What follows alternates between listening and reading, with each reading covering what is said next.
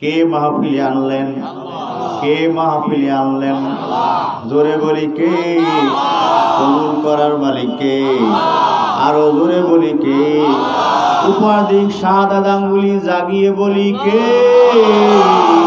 কবুল করার মালিক হইলেন একমাত্র আল্লাহ। হাত নামাই। ওই যে আবু বকর সিদ্দিক আল্লাহ কবুল করলেন। বয়স কেবল 16 বছর। আবু বকর, এই নবী একজন আসবে মক্কা নগরীতে, আপনার স্বপ্নের ব্যাখ্যা এখানে। আপনার স্বপ্নের ব্যাখ্যা শেষ না।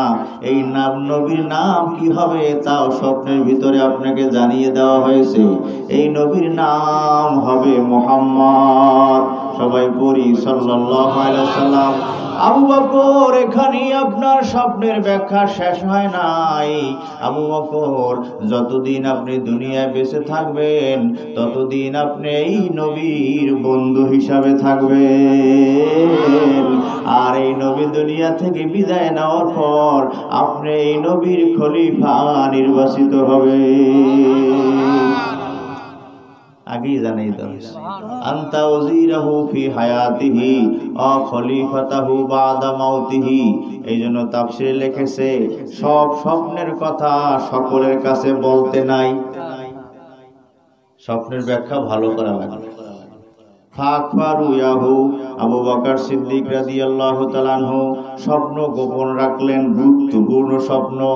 দুনিয়ায় কেউর কাছে জানালেন না, শুধু নিজে জানলেন। খ্রিস্টান পাদ্রী জানলো, দুনিয়ার আর কোনো মানুষ জানে না।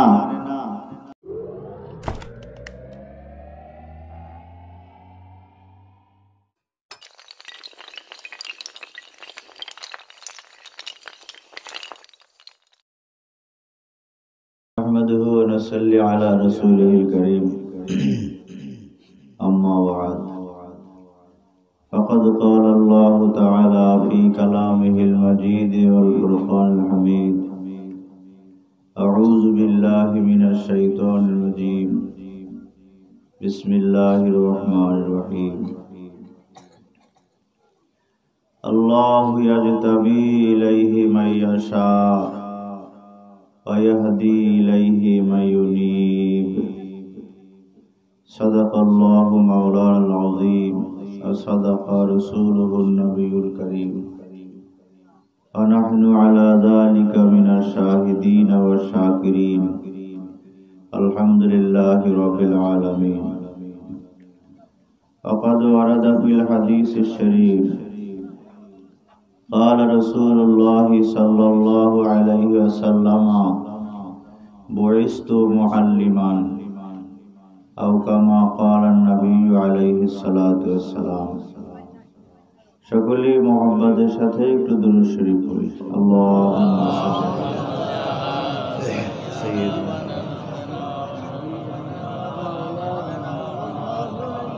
সাল্লাল্লাহু আলাইহি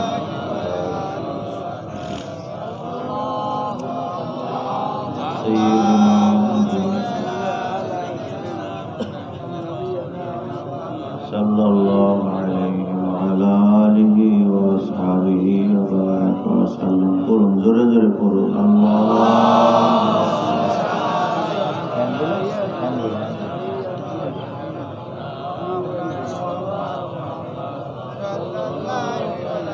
sallallahu alaihi wa ala alihi. Ambil naik.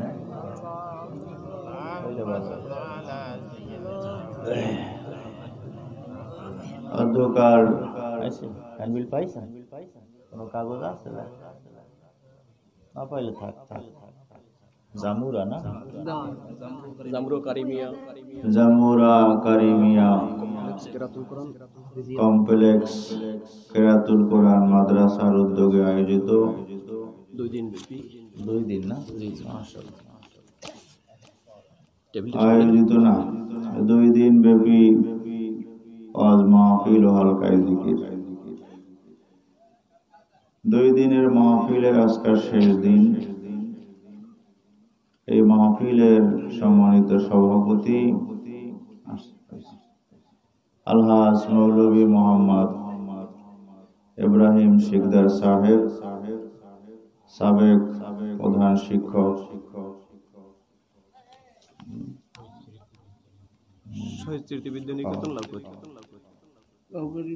আছে ইব্রাহিম শিকদার সাহেব আছে? আলহামদুলিল্লাহ। সভাপতি সাহেব আমাদের মাঝে উপস্থিত আছেন। আজকের এই মাহফিলের প্রধান অতিথি দুইজনের নাম আছে। আলহাজ মোহাম্মদ খলিলুর রহমান মোহন, উনি আসছেন? আসে নাই। জনাব মোহাম্মদ গোলাম সরওয়ার, কেউ আসে নাই।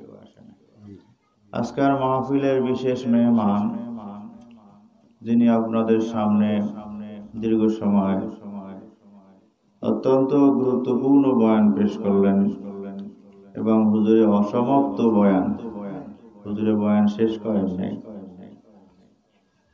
যেহেতু মেহমান আসছে এই জন্য ইজ্জত করছেন, আমরা দোয়া করি আল্লাহ পাক যেন হুজুরের ইজ্জত বাড়াই দেয়।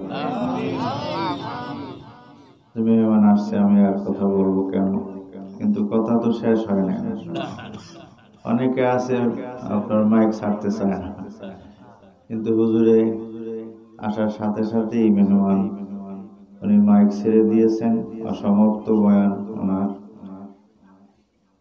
আপনাদের সামনে অত্যন্ত গুরুত্বপূর্ণ বয়ান পেশ করেছেন জনাব হযরত মাওলানা মোহাম্মদ হিদায়াতুল্লাহ জিহাদি সাহেব, সভাপতি বাংলাদেশ কোরআন শিক্ষা বোর্ড, পটুয়াখালী জেলা শাখা। এছাড়া আজকাল আপনাদের সামনে আরো বয়ান পেশ করেছেন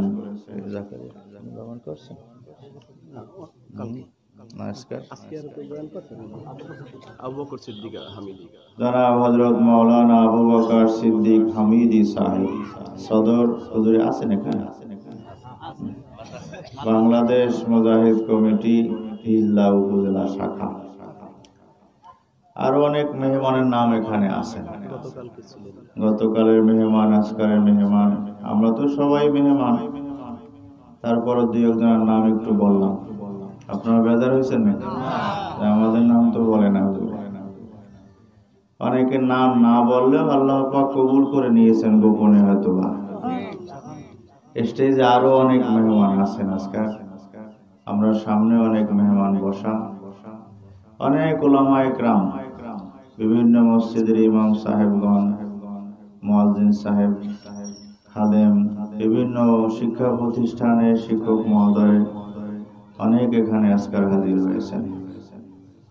দিগার হাজারাত উলামায়ে কেরাম, দিনদার পরহেজগার ভাইরা, দ্বীনি ভাইরা, মুজাহিদ ভাইরা, ছাত্র ভাইরা, যুবক ভাইরা, ব্যবসায়ী ভাইরা, পর্দার আড়ালের মা ও বোনেরা, আল্লাহ রাব্বুল আলামিনের দরবারে অসংখ্য অগণিত শুকর আমরা আদায় করি। যেই মহান রব্বুল আলামিনের খাস মেহেরবানিতে আমরা আজকের এই শীতের মধ্যে, বৈরী আবহাওয়ার মধ্যে আমরা এই দ্বীনি জলসায়, এই দ্বীনি মাহফিলে, এই বেহেশতের বাগানে, এই কোরআন হাদিসের মাহফিলে আমরা হাজির হতে পেরেছি। বিশেষ করে মাদ্রাসার মাহফিলে আমরা আজকাল হাজির হতে পেরেছি। 2 দিন মাহফিল, আজকালের শেষ দিন, আখিরি দিন, শেষ বৈঠকের সময়, আখিরি মোনাজাতের এই বৈঠকে আমরা হাজির হতে পেরেছি। আল্লাহ তাআলা আমাদেরকে এই দ্বীনি জলসায়, দ্বীনি মাহফিলে, বেহেশতের বাগানে বসার তৌফিক আল্লাহ তাআলা আমাদেরকে দান করেছেন। আমাদেরকে আল্লাহ তাআলা এখনো সুস্থ রেখেছেন, আলহামদুলিল্লাহ। অনেক লোক আছে এই এলাকায় হসপিটালে ভর্তি আছে, আছে কিনা ভাই? আমরা সুস্থ আছি, আলহামদুলিল্লাহ বলি। সুস্থতার অনেক দাম, অনেক দাম। আসলে মূলত সুস্থতার দামই হইল বেশি। সুস্থ না হইলে সম্পদের কোনো দাম নাই তার কাছে। সুস্থ না থাকলে তার বাড়ির কোনো দাম নেই, মূল্যহীন। সুস্থ না থাকলে আত্মীয় স্বজন তার কাছে মূল্য নাই। এজন্য আল্লাহ তাআলা আমাদেরকে সুস্থ রেখেছেন। কত মানুষ হসপিটালে আছে, কত মানুষ বাড়িতে অসুস্থ অবস্থায় আছে, কত মানুষ বিছানায় পায়খানা পেশাব করে, নিজের পায়খানা পরিষ্কার করতে পারে না, নিজের পেশাব পরিষ্কার করতে পারে না, পরিষ্কার করে অন্য একজনকে দেওয়া লাগে। এই জন্য হাদিস শরীফে আছে, তুমি যখন সুস্থ থাকো সুস্থতাকে মূল্য দিও, সুস্থতার সময়টাকে কাজে লাগাবা, তাহলে তুমি অসুস্থ হলেও তখনও আরামে থাকতে পারবে। সিহাতাকা ক্বাবলা সুকমিকা, এটা হাদিস। ইগতানিম খামসান ক্বাবলা খামসিন, এই 5টা সময় আছে, এই 5টা সময়কে তুমি মূল্য দিও, গনিমত মনে করিও, খুব দামি মনে করবা, বেকার নষ্ট করবা না। তার মধ্যে একটা হইল সুস্থতা। সুস্থ থাকলে নামাজ পড়া যায় ভালো মতো, সুস্থ থাকলে কোরআন শরীফ তেলাওয়াত করা যায় ভালো মতো, সুস্থ থাকলে জিকির আজকার করা যায় ভালো মতো, নাকি বলেন? সুস্থ করলে টাকা পয়সাও কামাই করা যায় ভালো মতো। এই জন্য সুস্থতার সময় টাকা পয়সা কামাইয়ের সময়। কেউ যদি হেলায় ছাত্র জীবন নষ্ট করে, সুস্থতার জীবন নষ্ট করে, কর্মজীবন তার কষ্ট আছে।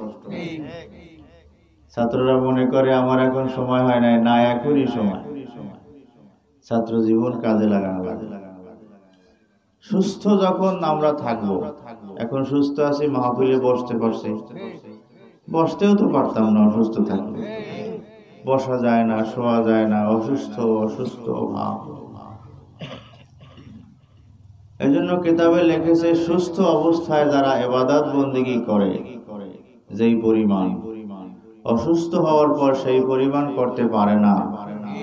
কিন্তু আল্লাহ তাআলা সেই সুস্থর অবস্থায় যেই পরিমাণ ইবাদত করত, সেই পরিমাণ সব আল্লাহ তাকে দিয়ে দেয়।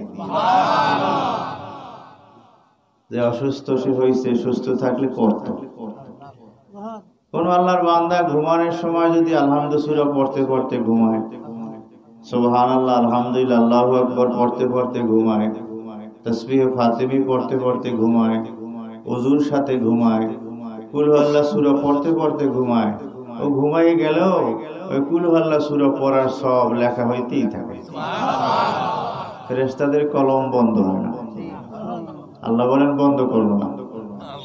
আল্লাহ তো ঘুমাইছে, কয় না, ও সজাগ থাকলে পড়তো। সুবহানাল্লাহ বলি, আলহামদুলিল্লাহ করি। আর যদি ইয়ারফোন কানে লাগিয়ে গান শুনতে শুনতে ঘুমায়, তাইলে তো উল্টা লেখা, গুনাহ, বেঈমান, ইমানের সাথে মওত নসিব হয় না। এই জন্য ছেলেরা ইয়ারফোন কানে লাগাবা না। যত বেশি ইয়ারফোন ব্যবহার করবা, ডাক্তারি মতে, আমার মত না, কান তাড়াতাড়ি নষ্ট হবে। যত মোবাইলের দিকে, কম্পিউটারের দিকে, তারপরে ওই যে কি কয় ল্যাপটপের দিকে, টেলিভিশনের দিকে, যত পাওয়ার আর লাইটের দিকে তাকাবা, বেশি তাড়াতাড়ি চক্ষু নষ্ট হবে, আমার মত না, ডাক্তারদের মত। বেশি বেশি মোবাইল দেখলে ঘাড় এখানে ব্যথা হয়, এখানে ফাঁকা হয়ে যায়, ডাক্তারদের মত। তখন ঘাড় এদিক ওদিক করা যায় না, এক ধ্যানে তাকাই থাকার কারণে এরকম হয়। তা আমরা প্রথম, আমার বয়ান হলো আমার জন্য এই বয়ান, আর আমরা যারা বসা আছি সবার জন্য, এবং মাইকের আওয়াজ যত দূর যায় তত দূর পর্যন্ত, যে আমরা সুস্থ অবস্থাকে দামি মনে করব। ছাত্র জীবনকে আমরা কাজে লাগাবো। ছাত্র নং অধ্যয়নং তপ। ছাত্র জীবনের কাজ হইল লেখাপড়া করা, মোবাইল দেখা না। ছাত্র জীবনের কাজ হইল লেখাপড়া করা, খেলাধুলা না। ছাত্র জীবনের কাজ হইল লেখাপড়া করা, মোবাইলে যে গেমস আছে গেমস খেলা না। মোবাইলে বিভিন্ন ধরনের গেমস আছে, ফাইটার, দেখবেন এদিক যা ওদিক যা, মার শেষ কর, এই সারা রাত তো চলতে আছে। পাবজি নাকি আরো অত সব আমি জানিও না। এটা ছাত্র জীবনের কাজ না। যারা এই ছাত্র জীবনকে এইভাবে সময় নষ্ট করবা, আমাদের ওস্তাদরা বয়ান করতেন, কর্মজীবনে দুঃখের মধ্যে পড়বা। যারা ছাত্র জীবনে হাসবা, খেলবা, আরাম তালাশ করবা, কর্মজীবনে তোমার জন্য কষ্ট অপেক্ষা করতেছে। চাকরি নাই, ব্যবসা নাই, হাই হুতাশ, মাথা নষ্ট, বিদেশে যাইতে পারে না, সমস্যা, তখন অসুবিধা। কি ভাইরা আপনারা শুনতেছেন সবাই? অসুবিধা হবে নাকি? বেশি সময় না, আজকে তো শেষ দিন মাদ্রাসার মাহফিল। আমরা আখিরি মোনাজাত দিয়ে সবাই যাব তো? একজনও উঠবো না তার আগে। কারা কারা উঠবো না একটু হাত জাগাই তো। সবাই জাগাই, 2 হাত জাগাই একটু। হাত তো আসলে ইসের নিচে, আপনার আমাদের চাদরের নিচে একটু জাগাই, হোক অসুবিধা নেই। আলহামদুলিল্লাহ সবাই হাত নামাই। আমরা মাহফিলের শেষ পর্যন্ত, আখিরি মোনাজাত না দেওয়ার আগ পর্যন্ত, আমি তো এখন আপনাদের সামনে বসেছি, কিছু সময় আপনাদের উস্তাদ হয়ে গেছে। উস্তাদ মানবেন না? মুআল্লিম, এই জন্য হাদিসও পড়ছি আমি, বয়স্তু মুআল্লিমান। বিশ্ব নবী মুহাম্মদুর রাসূলুল্লাহ সাল্লাল্লাহু আলাইহি ওয়াসাল্লাম বলেন, আমি মুআল্লিম হিসাবে দুনিয়ায় প্রেরিত হয়েছি। আমাকে আল্লাহ মুআল্লিম করে পাঠিয়েছেন। আমি উম্মতের জন্য শিক্ষক, আমি উম্মতের জন্য মুআল্লিম, আমি উম্মতের জন্য উস্তাদ। ইংরেজিতে বলা হয় আমি উম্মতের জন্য টিচার, নাকি বলেন? সব হুজুরে শিখিয়ে দিয়েছেন। কেমনে কথা বলবো তাও হুজুরে শিখিয়ে দিয়েছেন, কেমনে হাঁটবো তাও শিখিয়ে দিয়েছেন। আব্বার সামনে কথা বলার সময় অঙ্গভঙ্গি কেমন হবে তাও হুজুরে শিখিয়ে দিয়েছেন। মায়ের সাথে আচরণটা কেমন হবে তাও হুজুরে শিখিয়ে দিয়েছেন।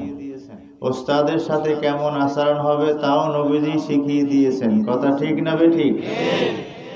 মায়ের সাথে কেমন আচরণ, নবীজি বসা আছেন, হুজুরের নিজের গর্ভধারিণী মা তো নাই, হুজুরের দুধ মা হালিমা তো সাদিয়া হাজির হয়েছেন। হুজুরে দাঁড়াই গেলেন, সম্মান করলেন, হুজুরের ব্যবহারের রুমালটা বিছিয়ে দিলেন তার দুধ মাকে বসার জন্য। দুধ মা হালিমা তো সাদিয়া হুজুরের রুমালেই বসলেন। নবীজি আলাপ আলোচনা করলেন, অনেক কথাবার্তা বললেন, নরম নরম কথাবার্তা, অনেক হাদিয়া উপঢৌকন নবীজি হালিমাতু সাদিয়াকে দিলেন। যাওয়ার সময় হুজুরে যত দূর গেলেন অত দূর পর্যন্ত আপনার প্রথম দাঁড়ালেন, আগাই দিলেন অনেক জায়গা পর্যন্ত। সাহাবায়ে কেরামরা আশ্চর্য হয়ে গেলেন, এই মহিলাকে। হুজুরের রুমালে বসলো, সাহসটা তার কম না। যেই রুমালে জিবরাইল ফেরেশতা বসতে পারে না, সাহস নেই, সেই রুমালে বসলো এই মহিলাকে। হুজুরে বুঝতে পারছেন এই প্রশ্ন সাহাবায়ে কেরামদের মনের মধ্যে এসেছে। হুজুরে বলতেছেন, চোখের পানি হুজুরে বলতেছেন, সাহাবীরা, আমার তো গর্ভধারিণী মা নাই, ইনি আমার দুধ মা, ইনি হলেন হালিমাতু সাদিয়া। আমি মায়ের যত্ন করতে পারি নাই, আব্বারে আমি যত্ন করার সুযোগ পাই নাই, আমি আমার দুধ মাকে একটু যত্ন করলাম।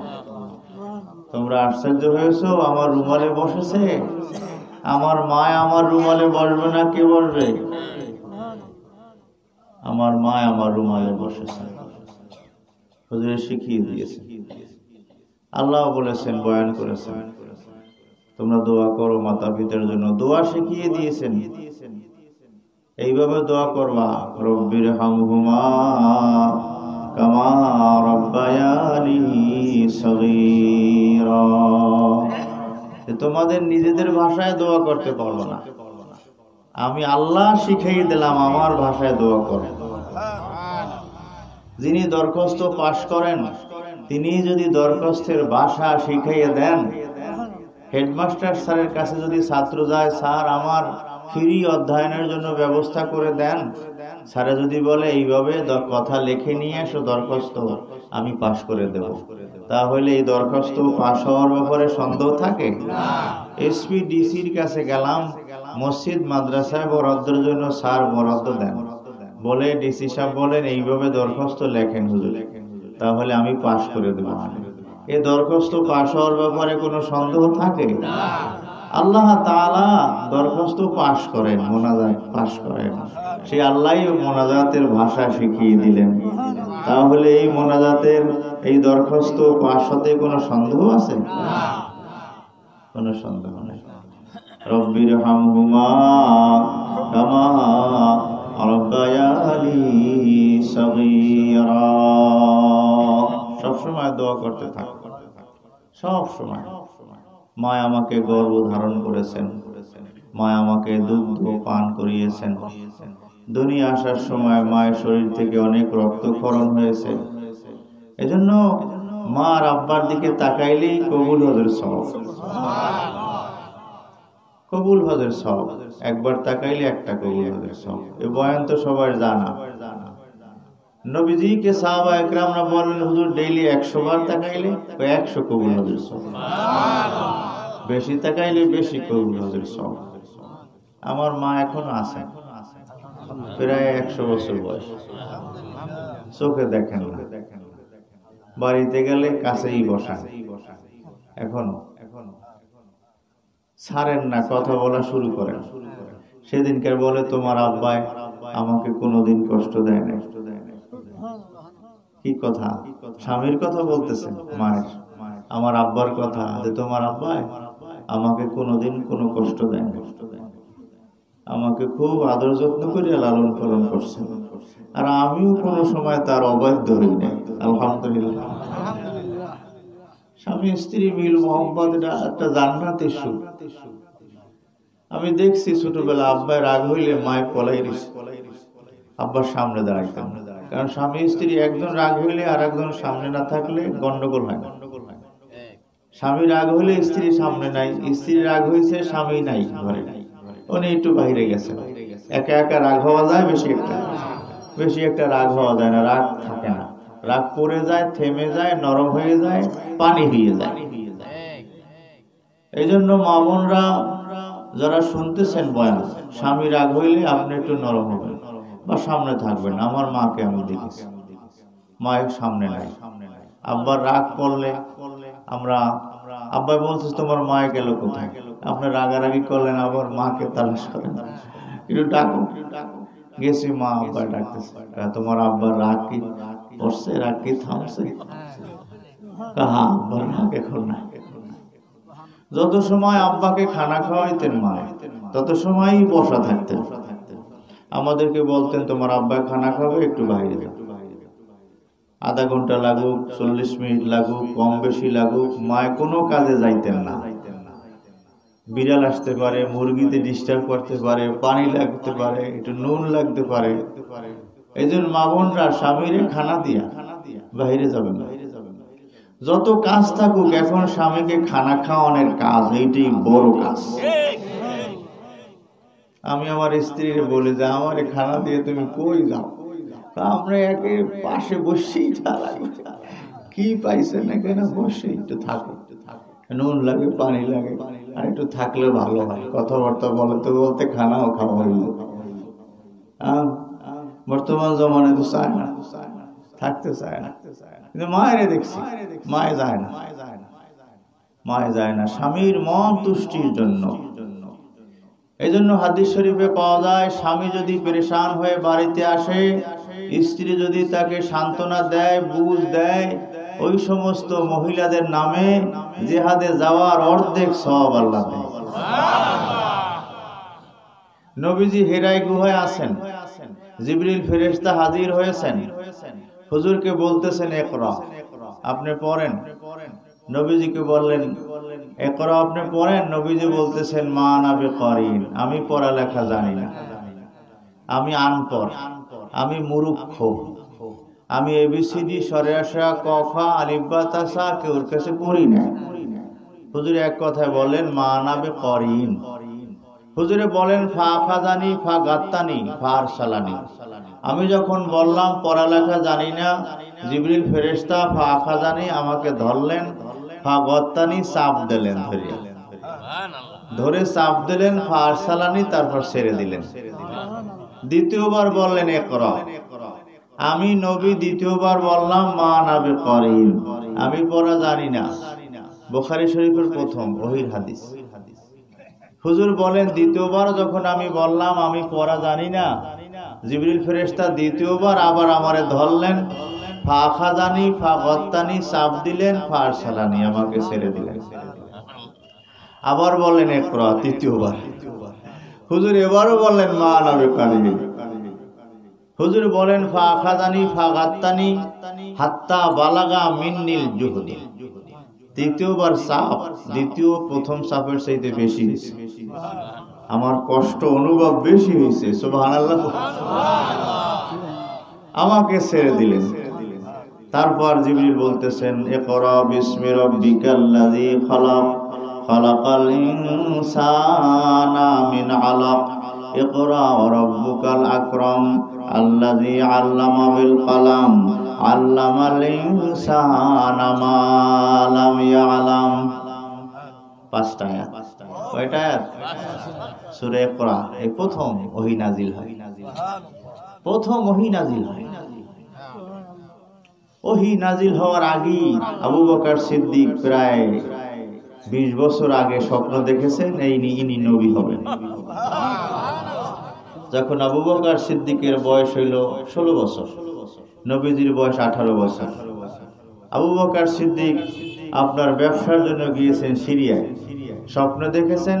স্বপ্নের ব্যাখ্যা জানার জন্য খ্রিস্টান পাদ্রীর কাছে হাজির হয়েছেন। ওনাকে 3টি প্রশ্ন করেছেন। মা ইসমুকা, তোমার নাম কি? আইনা বেলাদুকা, তোমার বাড়ি কোথায়? আইনা আমালুকা, তুমি কি কাজ করো? আবু বকর সিদ্দিক জবাব দেন ইসমি আবু বকর, আমার নাম হইল আবু বকর। অবেলাদি মক্কা, আমার বাড়ি হইল মক্কা শরীফ। ও আমার তিজারাত, আমি ব্যবসা করি। সাথে সাথে খ্রিস্টান পাদ্রী তার চেয়ার ছেড়ে দিলেন, দাঁড়িয়ে গেলেন, আবু বকরকে জড়িয়ে ধরলেন। আবু বকর সিদ্দিক রাদিয়াল্লাহু তাআলা আনহু গালের উপরে কপালের উপরে চুমা দেওয়া শুরু করলেন। সুবহানাল্লাহ। বয়স কেবল 16 বছর। আল্লাহ পাকের রহমতের নজর পড়ছে, কবুল আল্লাহ করবেন। আবু বকর সময় হয়ে গেছে আপনার, আপনাকে আমি কবুল করব, আপনাকে দিয়ে আমি দ্বীনের কাজ করাবো, আপনার টাকা পয়সা আমি ইসলামের পক্ষে খরচ করাবো, আপনার জমিদারি সব আমি ইসলামের পক্ষে লাগাবো। আছেন এরকম? আমাদের হাজী মনির সাহেব 20 কোটি টাকা চরমনাই মাদ্রাসায় দান করছে। আপনারা যারা চরমনাই যান আরো দেবে, হুজুর বিল্ডিং আরো করবে, যা লাগে আমি দিব। 20 কোটি টাকা দেশে আরো দেবে, আরো দেবে। আল্লাহ কাজে লাগাইতেছেন না। আমাকে ঢাকার সাইদ ভাই, উনি যে জমি দেশের মাদ্রাসায় 100 কোটি টাকার বেশি দাম। সাইদনগর মাদ্রাসা, দাওরা মাদ্রাসা, সাইদনগর মাদ্রাসা। আল্লাহর বান্দা এরকম আছে না বর্তমানেও? আবু বকর সিদ্দিকের নাই, সব দিয়ে দেয়। আবু বকর কি তুমি কি আনছো? সবাই অনেক দেশে বলে আমি তো নবীজি আর আল্লাহকে ঘরে রেখে সব লই গেছি। এই ছিল আবু বকর চরিত্র। বলে ইউ নামি আদব সে यार गारे मुस्तफा आप पर मैं भी फिदा और मेरे माँ बाप भी फिदा माल दौलत सब रह गया मेरे लिए एक खुदा मेरे लिए एक मुस्तफा मेरे लिए। सुबहानाल्लाह। ए बाड़ी রাখছো কি? নুনের বাড়িটাও নিয়েছো? আল্লাহ এবং আল্লাহ রসুল বাড়ি আছে, আমি আর কিছু রাখি নাই। আমি রাখবো কা? দুনিয়া আমি রাখবো কা? যা আমার হাতে থাকবে না তা রাখবো কা? জমা করবো কা? আমি হুজুরও জমা করি, বয়ান তো চালাই দিতে আছে। কিন্তু সাহাবায়ে কেরামদের নমুনা ছিল এই। আবু বকর সিদ্দিককে কয়টা প্রশ্ন করলেন? 1 নম্বর প্রশ্ন মা ইসমুকা, তোমার নাম কি? 2 নম্বর প্রশ্ন আইনা বিলাদুকা, বাড়ি কোথায়? 3 নম্বর প্রশ্ন আমা আমালুকা, করো কি? আবু বকর সিদ্দিক জবাব দিলেন ইসমি আবু বকর, আমার নাম আবু বকর। বেলাদি মক্কা, আমার বাড়ি হইল মক্কা শরীফ। আমার তিজারাত, আমার কাজ হইল ব্যবসা করা। খ্রিস্টান পাদ্রী দাঁড়িয়ে যায়, আবু বকরকে জড়িয়ে ধরে, কপালে গালে চুমা দেয়, ডাক দিয়া বলে, আবু বকর, আপনার স্বপ্নের ব্যাখ্যা বড় ভালো ব্যাখ্যা। কি আমার স্বপ্নের ব্যাখ্যা? আপনার স্বপ্নের ব্যাখ্যা হলো অতি শীঘ্রই মক্কা নগরীতে একজন নবীর আগমন ঘটবে। আল্লাহ যে আবাদ করে, কোন সে বরবাদ করে। আল্লাহ কবুল করলে কেউ ঠেকাইতে পারে না। কি পারে? কেউ নিচে নামাইতে পারে? সরমনের দাদা হুজুর বয়ান করতেন, সারা দুনিয়ার মানুষ যদি তোমার পাও ধরিয়া নিচে টানে, আল্লাহ যদি চুল ধরিয়া উপরে টানে, তাহলে আল্লাহর সাথে পাল্লা দিয়ে পাও ধরিয়া পারবে নি। চুল তো ছিঁড়ে যাওয়ার কথা, নরম জিনিস, কিন্তু আল্লাহ পাকের কুদরতি হাত লাগলে পায়ের চেয়েও শক্ত হয়ে যায়, নিচে নামাইতে কেউ পারে না। আল্লাহ যে সে আবাদ করে, কোন সে বরবাদ করে। কবুল করার মালিক কে? মাহফিলে আসছেন, আনছেন কে? না নিজেই আসছেন? নিজে আসলে তো কত মানুষ আসতে পারে না, তারা আসলো না কেন? কে মাহফিলে আনলেন? কে মাহফিলে আনলেন? জোরে বলি কে? কবুল করার মালিক কে? আরো জোরে বলি কে? উপাধিক শাহাদাত আঙ্গুলি জাগিয়ে বলি কে? কবুল করার মালিক হইলেন একমাত্র আল্লাহ। হাত নামায়। ওই যে আবু বকর সিদ্দিক আল্লাহ কবুল করলেন, বয়স কেবল 16 বছর। আবু বকর, এই নবী একজন আসবে মক্কা নগরীতে, আপনার স্বপ্নের ব্যাখ্যা। এখানে আপনার স্বপ্নের ব্যাখ্যা শেষ না, এই নাম নবীর নাম কি হবে তাও স্বপ্নের ভিতরে আপনাকে জানিয়ে দেওয়া হয়েছে। এই নবীর নাম হবে মুহাম্মদ। সবাই পড়ি সাল্লাল্লাহু আলাইহি সাল্লাম। আবু বকর, এখানে আপনার স্বপ্নের ব্যাখ্যা শেষ হয় নাই।